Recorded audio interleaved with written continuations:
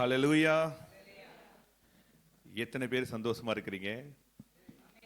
தேவ செய்தியை கேட்கும்படியா எத்தனை பேர் சந்தோஷமா இருக்கிறீங்க? ஆமா, இதுதான் ரொம்ப முக்கியங்க இல்லையா?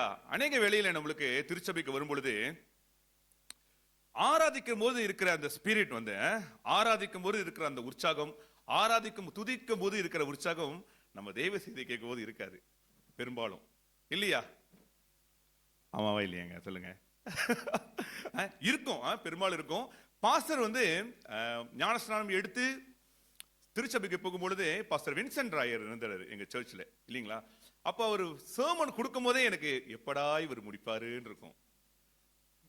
அப்படியே இருக்கும். ஏன்னா அது ரொம்ப ஒரு டைம் எடுக்கும் பாருங்க.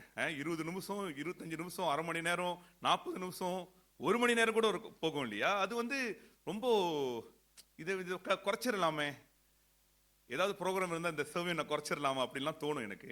பட் ஆனால் பிரியமானவர்களே, இந்த ஆராதனையிலே முக்கியமான காரியம் தேவ வசனத்தை நாம் கேட்பது, இல்லையா? தேவ வசனத்தை கேட்கிறது தான் மிக மிக முக்கியமான ஒரு காரியம். அதற்கு நம்ம இருதயத்தை நம்ம ஆயத்தப்படுத்துவோம், அதற்கு நம்ம உற்சாகமா இருப்போம். ஆண்டவரே, இந்த நாளிலே நீ எங்களோடு கூட பேசுங்க, இந்த நாளிலே நீங்க பேசுகிற காரியம் என் வாழ்க்கையில என்னைக்குமே மறக்க கூடாது ஆண்டவரே அப்படின்ற ஒரு உறுதியோடு நம்ம வருவோம். ஆண்டவர் உங்களோடும் என்னோடு கூட பேசுவாராக. நம்ம ஜெபிப்போம்.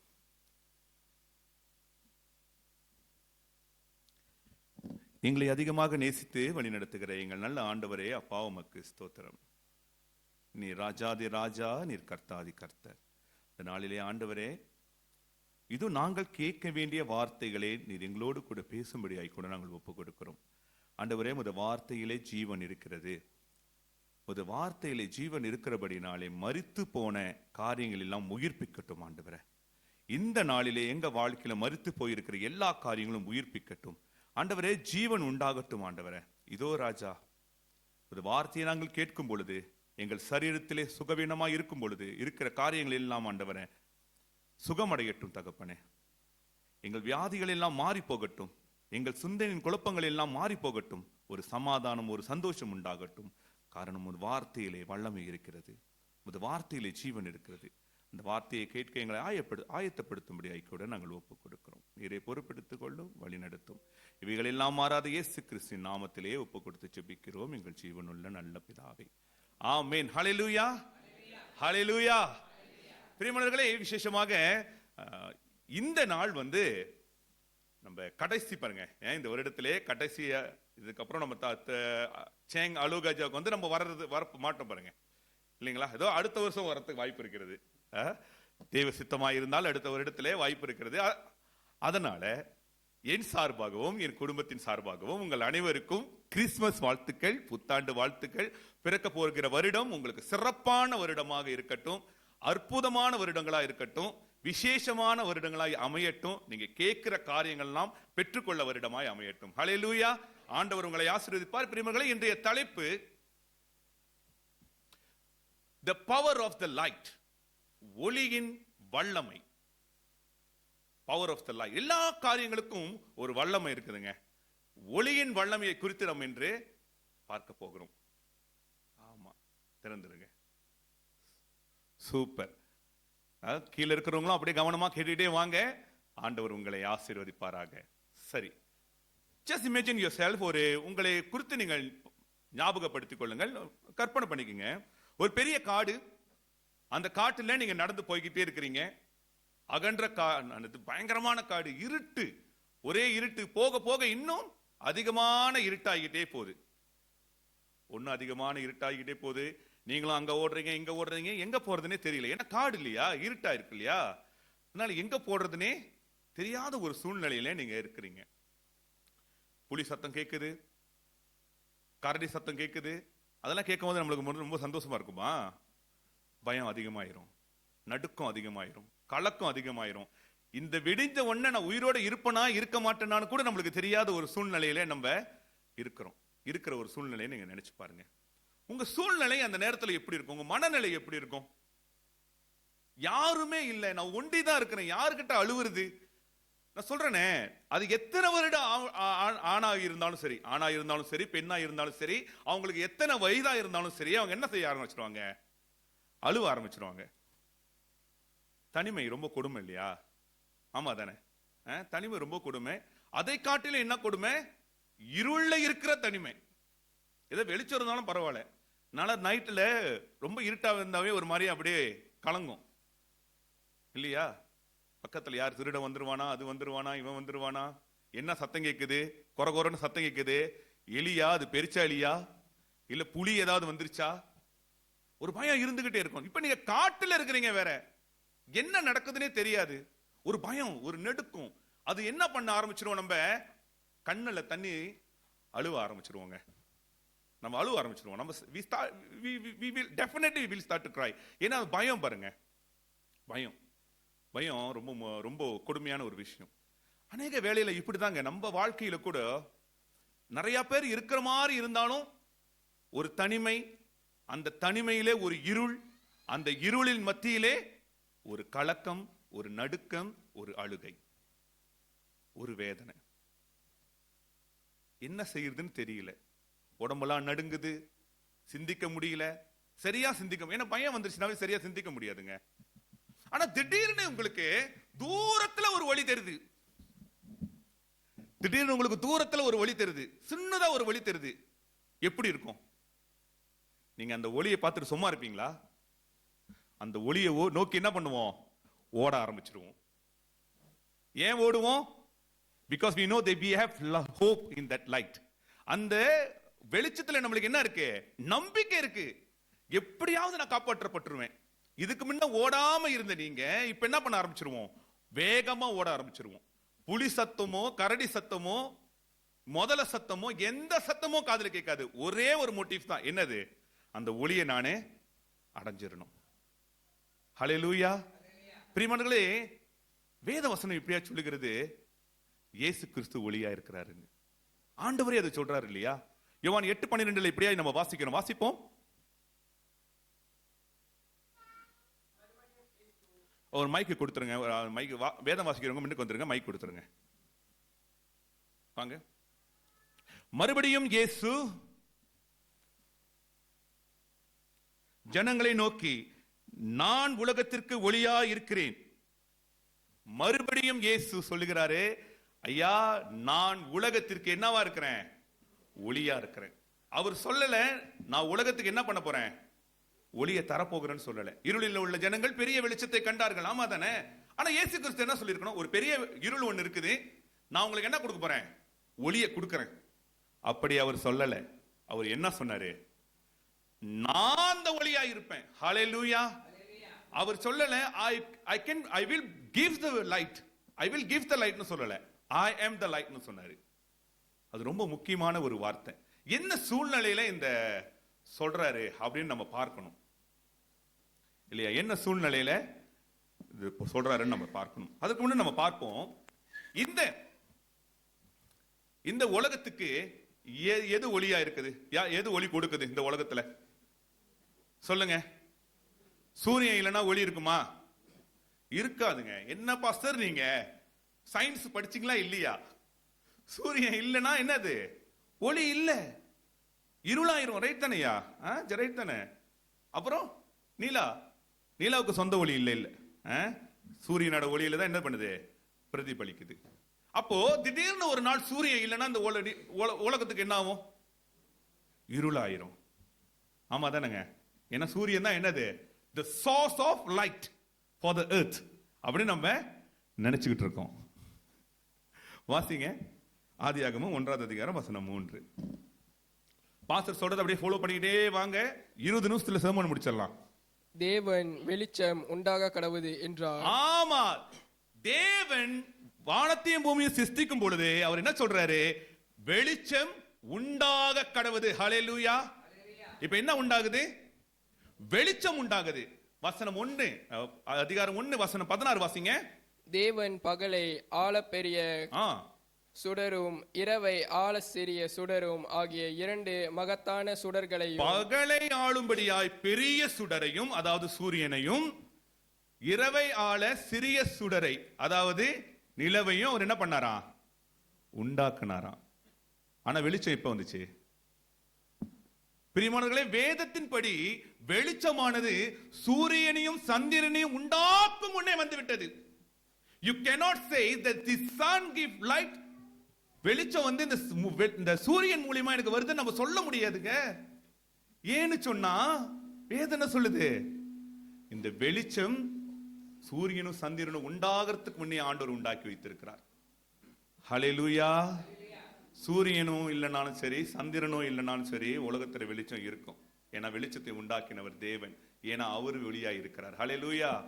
இதை நம்ம புரிந்து கொள்ளணும். காரணம், அநேக வேளையில நம்ம என்ன நினைக்கிறோம், இந்த சோர்ஸ் இல்லைன்னா என் வாழ்க்கையில ஒண்ணுமே இல்லை பாஸ்டர், இது மட்டும் இல்லைன்னா நான் செத்துருவேன் பாஸ்டர், அவர் மட்டும் இல்லைன்னா நான் செத்துருவேன் பாஸ்டர், இவர் மட்டும் இல்லைன்னா நான் செத்துருவேன் பாஸ்டர், இந்த பென்சில் காணா போச்சுன்னா நான் செத்துருவேன் பாஸ்டர், என் மோட்டர் இல்லைன்னா நான் போச்சு பாஸ்டர், என் வாழ்க்கையே போச்சு, என் மோட்டர் இல்லைன்னா என் வாழ்க்கையே போச்சு, என் வேலை மட்டும் இல்லை பாஸ்டர், முடிச்சு, எல்லாம் முடிச்சு, அவ்வளவுதான், இந்த வேலை இல்லைன்னா எல்லாமே முடிச்சு.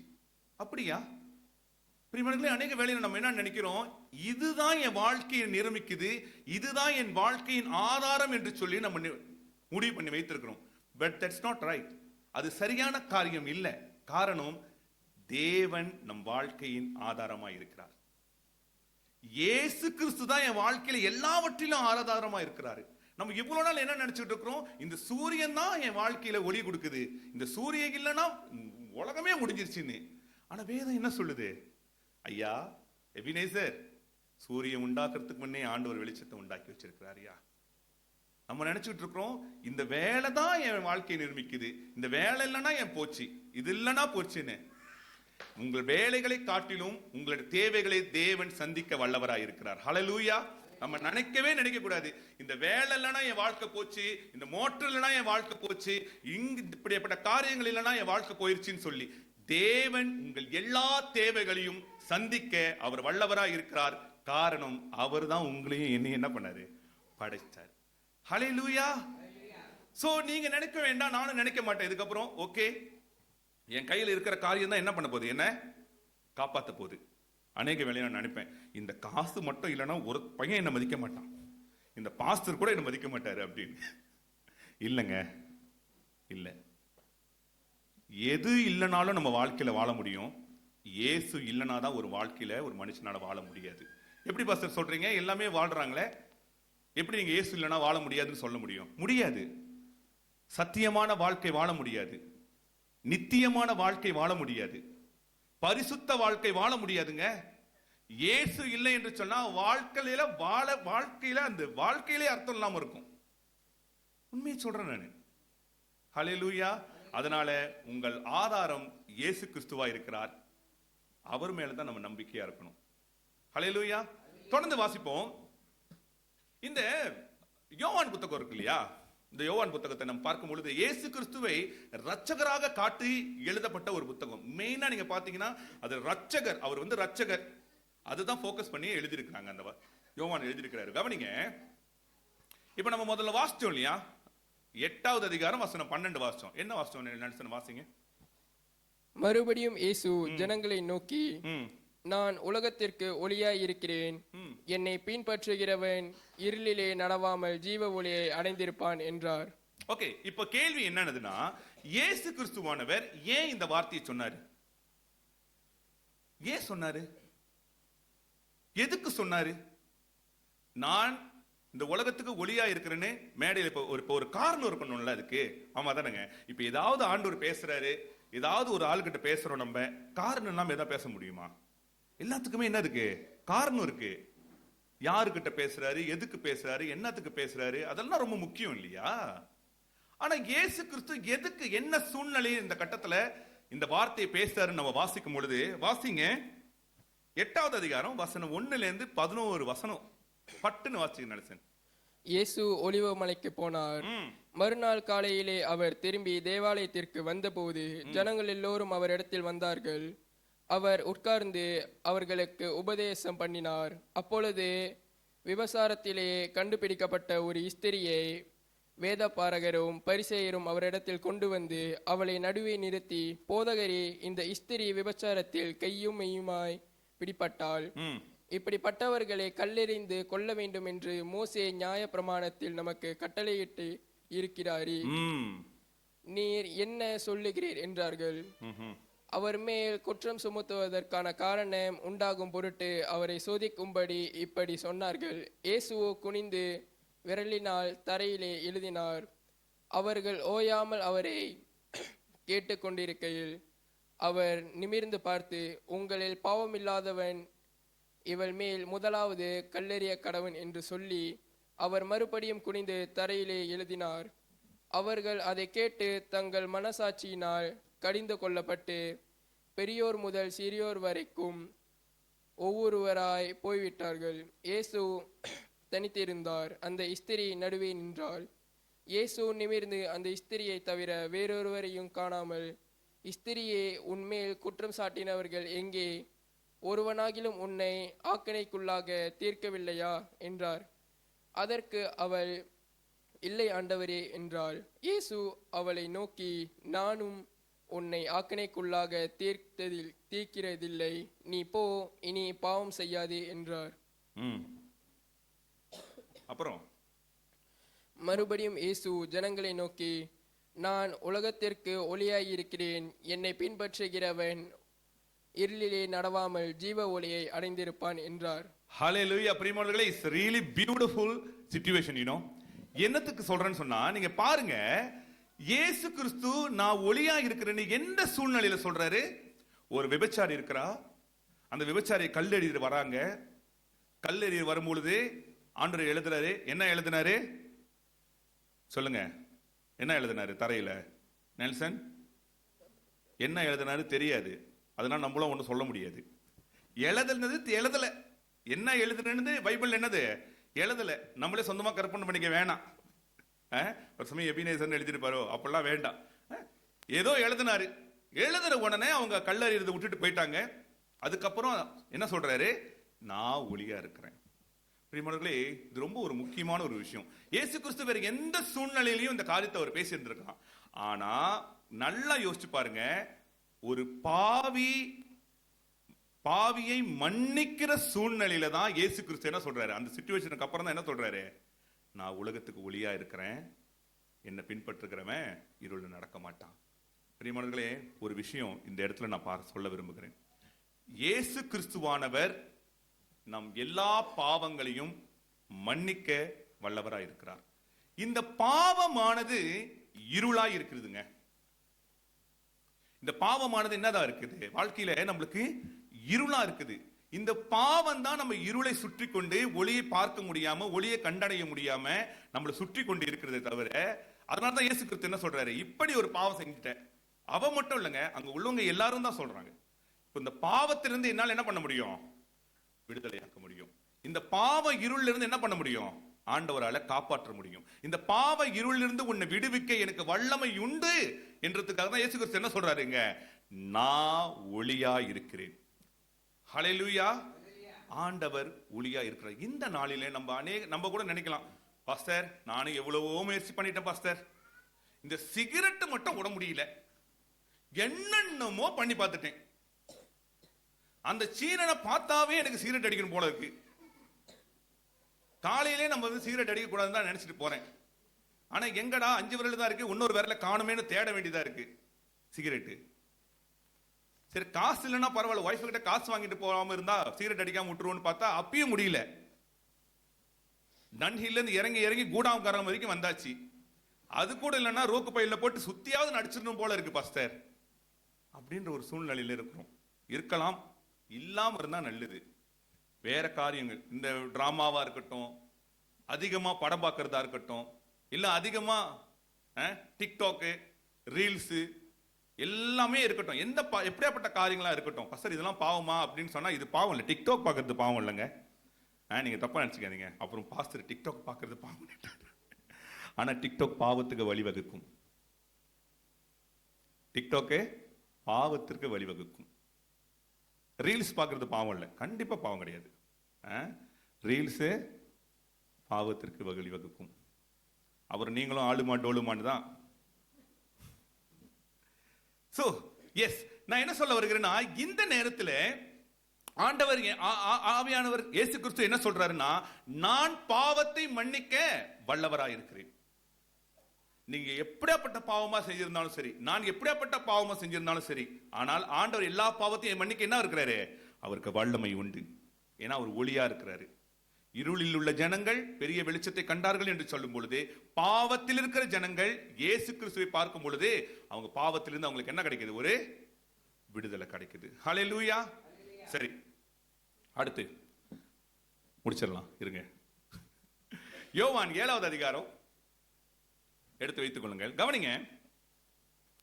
இப்ப இயேசு கிறிஸ்து நான் சொன்னேன் இல்லையா, ஒரு 8வது அதிகாரத்துல அந்த விபச்சாரி வராங்க, அங்க நடக்குது.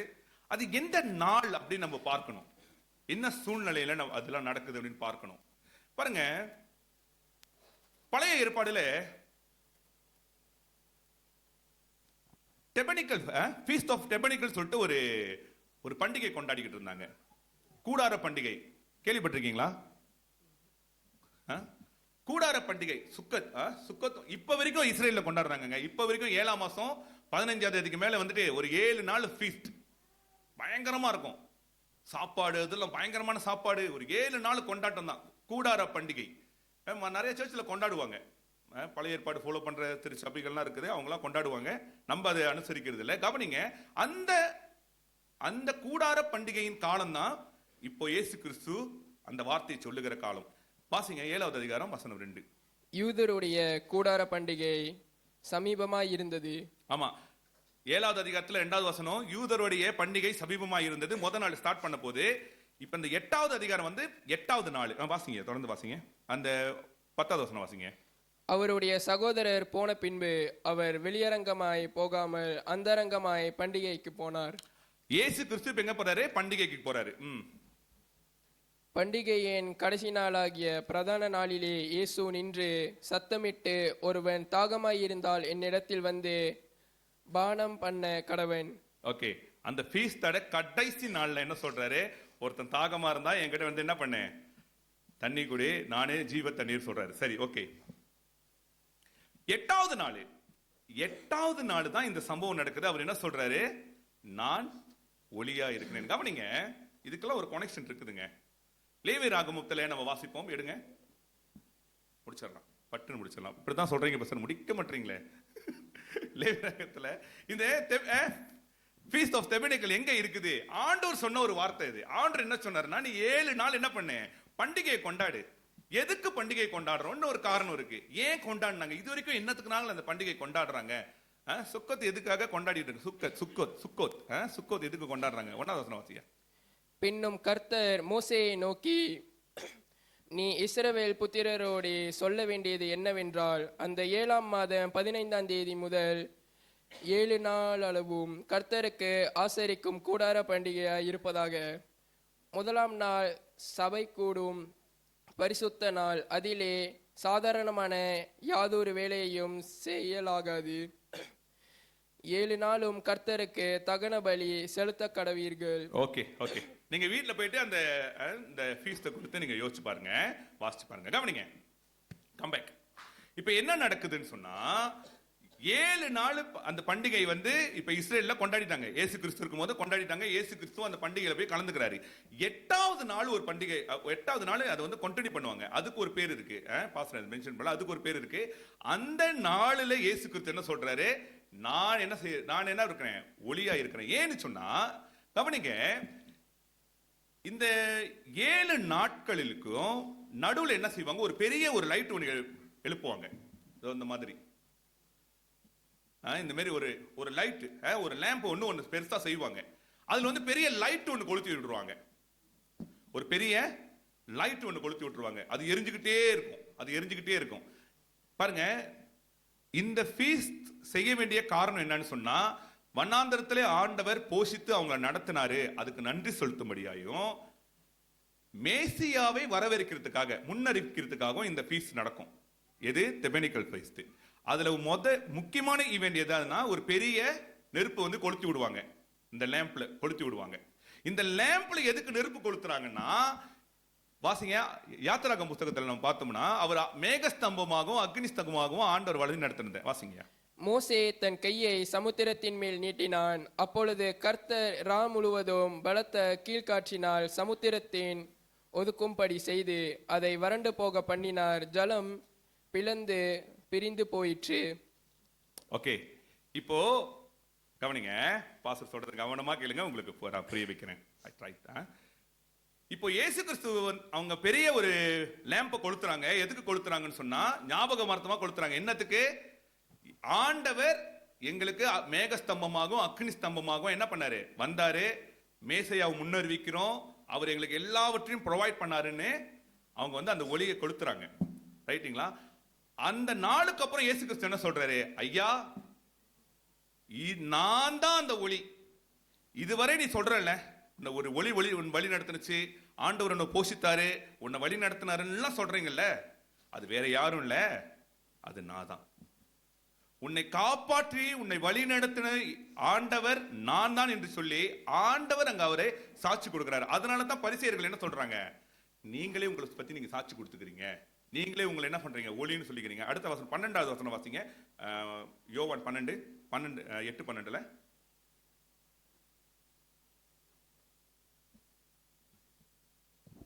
மறுபடியும் இயேசு ஜனங்களை நோக்கி, நான் உலகத்திற்கு ஒளியாய். 13 வாசியா. அப்பொழுது பரிசேயர் அவரை நோக்கி, உன்னை குறித்து நீயே சாட்சி கொடுக்கிறாய், உன்னுடைய சாட்சி உண்மையானதல்ல என்றார்கள். என்ன சொல்றாங்க அவங்க? உன்னை குறித்து நீங்களே சாட்சி கொடுத்துக்கிறீங்க, அந்த சாட்சி என்னது? உண்மை இல்லை அப்படின்னு சொல்லிட்டாங்க. ஏன்னா அவங்களுக்கு தெரியும் அவர் எதனால அப்படி சொல்றாருன்னு சொல்லிட்டு. எதனால அவர் இப்படி சொன்னாரு? நீங்க நினைச்சுக்கிட்டு இருக்கிறீங்களே, இவ்வளவு நாள் உங்களை வழி நடத்தினாரு, வழி நடத்திக்கிட்டு இருக்கிறதெல்லாம் வேற யாரும் நினைச்சுக்கிட்டு இருக்கிறீங்க. அது வேற யாரும் இல்ல, அது நான் தான். நீங்க நினைச்சுக்கிட்டு இருக்கீங்களா ஒரு மேசையா உங்களை காப்பாத்தவர் நினைச்சுக்கிட்டு இருக்கீங்களே, அதுக்கு தான் இந்த 7 நாள் ஃபீஸ் செஞ்சீங்க, அதுக்கு தான் இந்த கூடார பண்ணிக்க அனுசரிச்சிங்க. வரப்போகிறது யாரும் இல்ல, நான் வந்துட்டேன். இது ஒரு முக்கியமான ஈவெண்ட்டுங்க, ஒரு முக்கியமான காரியம். பிரியமானவர்களே, இந்த நாளிலே கூட நம்ம நினைப்போம், நான் ஆண்டவர் அறியறதுக்கு முன்ன நான் என்ன கூட கேட்டிருக்காங்க, இப்ப நீங்க இயேசு இயேசுன்னு சொல்றீங்க பாஸ்டர், இயேசு உங்களுக்கு இப்பதானே தெரியும், அதுக்கு முன்ன உங்களை யார் காப்பாத்தினா? அதுக்கு முன்ன யாரா? அதுக்கு முன்ன இல்லைங்க, எப்பவுமே ஆண்டவர் தான் காப்பாத்துறாரு. ஏன் அப்படி சொல்றேன்னா, இயேசு கிறிஸ்துவ எனக்கு இப்பதான் தெரியும், ஆனா என்ன இயேசு கிறிஸ்துவ நான் பிறக்கிறதுக்கு முன்னே தெரியும். ஹல்லேலூயா. இயேசு கிறிஸ்துவ எனக்கு இப்பதான் தெரியும், ஆனா நான் பிறக்கிறதுக்கு முன்னே ஆண்டவருக்கு தெரியும். என்ன நம்ம நினைச்சுட்டு இருப்போம், நம்ம இப்பதான் ஆண்டவர் என்ன காப்பாத்துறாரு. ஐயா, நம்ம பிறந்ததுல இருந்து கருவில இருந்து நம்மளை பாதுகாத்துட்டு வராரு. எத்தனை சீக்கு, எத்தனை வாட்டி இறந்துருப்போம். எங்க அம்மாவை கேட்டு பாருங்க, சும்மா உங்க அப்பா கிட்ட கேட்டு பாருங்க, எத்தனை வாட்டி கீழே விழுந்திருப்பீங்க, எத்தனை வாட்டி மண்டை உடைஞ்சிருக்க வேண்டியது, கை கால் முறிஞ்சிருக்க வேண்டியது. ஒவ்வொரு தடவையும் தேவன் நம்மளை காப்பாற்றி கொண்டே வந்திருக்கிறார். ஒவ்வொரு தடவையும் தேவன் நம்மளை அனுசரிச்சுக்கிட்டே வந்திருக்கிறாரு, ஆதரிச்சுக்கிட்டே வந்திருக்கிறாரு. ஆண்டவருக்கு நம்ம நன்றி சொல்லணுங்க. அவர் நம்ம வாழ்க்கையில் ஒளியா இருந்துகிட்டே இருக்கிறாரு. ஹல்லேலூயா. அதெல்லாம் மறந்துட்டு நம்ம என்ன செய்யறோம்? இவங்க நம்மளை காப்பாத்தினாங்க, அந்த பாஸ்டர் மட்டும் இல்லைன்னா என் வாழ்க்கையே போச்சுன்னு பாஸ்டர் எபினேசரை பெருமையா சொல்லிடுவோம். சொல்றேன் உதாரணத்துக்கு. இல்ல, it's not about the pastors, it's not about your leaders, it's not about the church, it's about God. இது போதகரை குறித்தோ ஒரு திருச்சபை குறித்தோ நம்ம அவங்களுக்கு யாருக்குமே நம்ம மகிமையை கொடுக்க வேண்டாம். அதுக்காக அவங்களை கனம் பண்ணாம போயிடாதீங்க. போதகர்கள் கனம் பண்ணுங்க, திருச்சபையை கனம் பண்ணுங்க, லீடர்ஸை கனம் பண்ணுங்க, ஆனா இவங்க தான் அப்படின்னு நம்ம சொல்லிடக்கூடாது. ஹல்லேலூயா. சரி, ஆண்டவர் என்ன சொல்றாரு? நான் தான் ஒளி, என்ன பண்ணுங்க, பின்பற்றுங்க. அன்னைக்கு பாஸ்டர் கிட்ட பேசிட்டு இருக்கும்போது பாஸ்டர் ஒரு காரியம் சொன்னாரு. எபினேசர், இப்பெல்லாம் லேசர்ல என்ன ஆயிடுச்சு, ஹீலிங்ஸ், லேசர் தெரப்பி கேள்விப்பட்டிருக்கீங்களா? லேசர்ல என்னது? தெரப்பி போட்டீங்களா, அப்படியே லைட்ல என்னது? ஒரு சுகம். வைட்டமின் டி எதுல இருக்கு? சூரிய ஒளியில இருக்கு. ஆமா தானங்க? இங்க நல்லா யோசிச்சு பாருங்க. பாஸ்டர் முடிக்கிறேன், இதை 4வது வாட்டி சொல்லிட்டேன், நான் முடிச்சது இல்லை, கடைசியா சொல்லிடுறேன். நல்லா யோசிச்சு பார்ப்போம். சாதாரண ஒரு லேசர் லைட்லயே இவ்வளவு வல்லமை இருக்குதுன்னா, ஒரு சுகமாக்கும் வல்லமை லேசர் லைட்ல இருக்குன்னு சொன்னா, ஒரு வைட்டமின் டி சூரிய கதிரில் இருக்குன்னு சொன்னா, அதையெல்லாம் படைத்த ஆண்டவர் உங்க நோயை குணமாக்க முடியாதுன்னு நினைக்கிறீங்களா? உங்களோட கை கால் நோய் வலியை குணமாக்க முடியாதுன்னு நினைக்கிறீங்களா? உங்க சூழ்நிலையை மாற்ற முடியாதுன்னு நினைக்கிறீங்களா? அவர் நாமத்துல வல்லமை இருக்குதுங்க. அந்த ஒளியில வண்ணம் இருக்குது. ஆனா நம்ம தான் அதை உணராம இருக்கிறோம். ஹல்லேலூயா. பிரியமானவர்களே, இப்ப நான் என்ன செய்யணும்? எனக்கு அந்த ஒளியை நல்லா தெரியுமே. அந்த ஒளியில தான் நான் நடந்துகிட்டு இருக்கேன் பாஸ்டர். உண்மையாவே நான் அந்த ஒளியில தான் நிற்கிறேனா, அந்த ஒளியின் பலத்துல தான் நான் நிற்கிறேனான்னு நம்ம ஆராய்ச்சி பார்க்கணும்.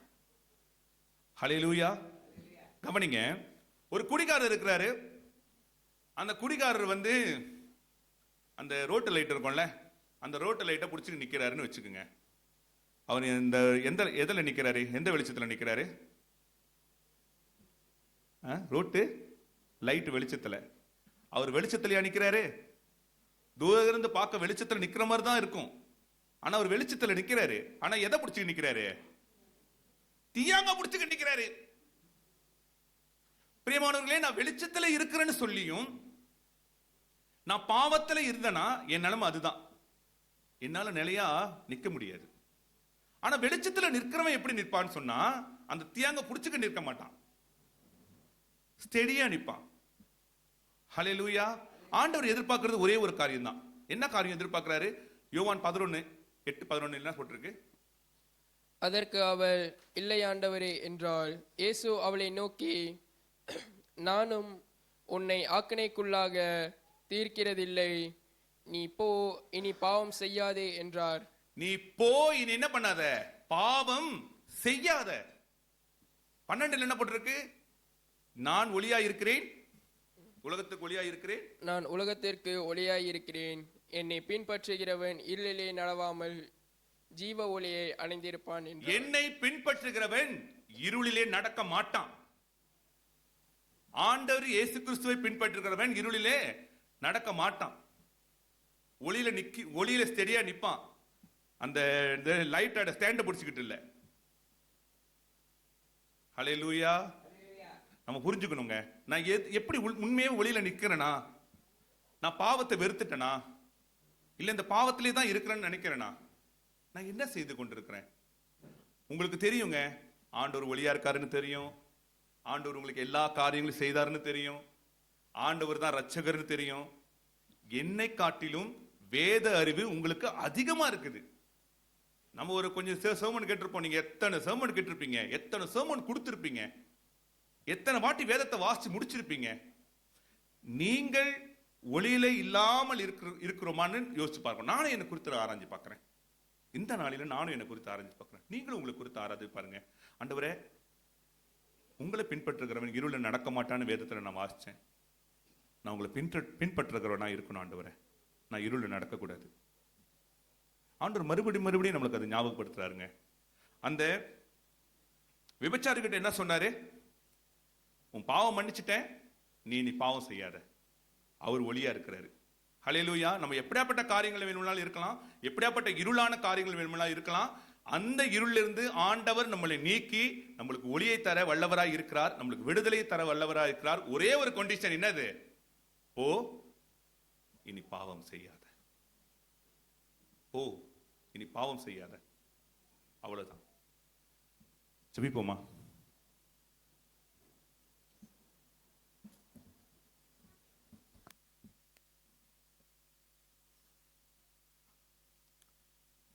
கிருபை உள்ளவரே, அப்பா உமக்கு நன்றி செலுத்துகிறோம். ஆண்டவரே, ஒரு அடர்ந்த காடிலே தத்தளித்து ஓடிக்கொண்டிருந்த எங்களை ஆண்டவரே, ஒரு வெளிச்சத்தை காட்டி நீர் எங்களை அழைத்து வந்ததுக்காய் கூட நன்றி செலுத்துகிறோம். இருளாயிருந்த எங்க வாழ்க்கை ஆண்டவரை பிரகாசித்ததுக்காய் கூட நன்றி செலுத்துகிறோம். ஆண்டவரே, இன்னும் கொஞ்சம் காரியங்கள் இருக்கு ஆண்டவரே. இதையெல்லாம் விட்டுவிட எங்களுக்கு உதவி செய்யுங்க. உம்மை பின்பற்றுகிறவன் இருளிலே நடக்க மாட்டான் என்று வேதத்திலே நாங்கள் பார்க்கிறோம். இந்த பாவம் என்ற இருளிலே, இந்த சாபம் என்ற இருளிலே, இந்த பிடிகளிலே, இந்த கட்டுகளிலே ஆண்டவரே நாங்கள் சிக்கிக்கொள்ளாதபடிக்கு தேவன் எங்களுக்கு உதவி செய்யுங்க. ஆண்டவரே, இந்த நாளிலே நாங்கள் அறிக்கை செய்கிறோம். நாங்கள் விட வேண்டிய காரியங்களை விட்டொழிய நீங்கள் உதவி செய்யுங்க. எங்களுக்கு கிருபை கொடுங்க ஆண்டவரே. நீங்க ஒளியா இருக்கிறீங்க. உங்கள் ஒளி எங்கள் மேல் பிரகாசிக்கட்டும். எங்களை காத்துக்கொள்ளுங்க. மெய்யாகவே ஆண்டவரை நாங்கள் ஒப்பு கொடுக்கிறோம். இந்த புதிய வருடம் வரப்போகுது ராஜா. இதுவரை நாங்கள் எவ்வளவோ காரியங்களை விடுவோம் என்று சொல்லியும் விடாமல் இருந்திருக்கிறோம். இந்த நாளில் நாங்கள் ஒரு உறுதி எடுக்கிறோம். நாங்கள் விட எங்களுக்கு உதவி செய்யுங்க. பரிசுத்த ஆவியானவர் எங்களுக்கு உதவி செய்ய போகிறதுக்காய் நன்றி. இயேசு கிறிஸ்துவின் நாமத்திலே ஜெபிக்கிறோம் ஜீவனுள்ள நல்ல பிதாவே, ஆமென்.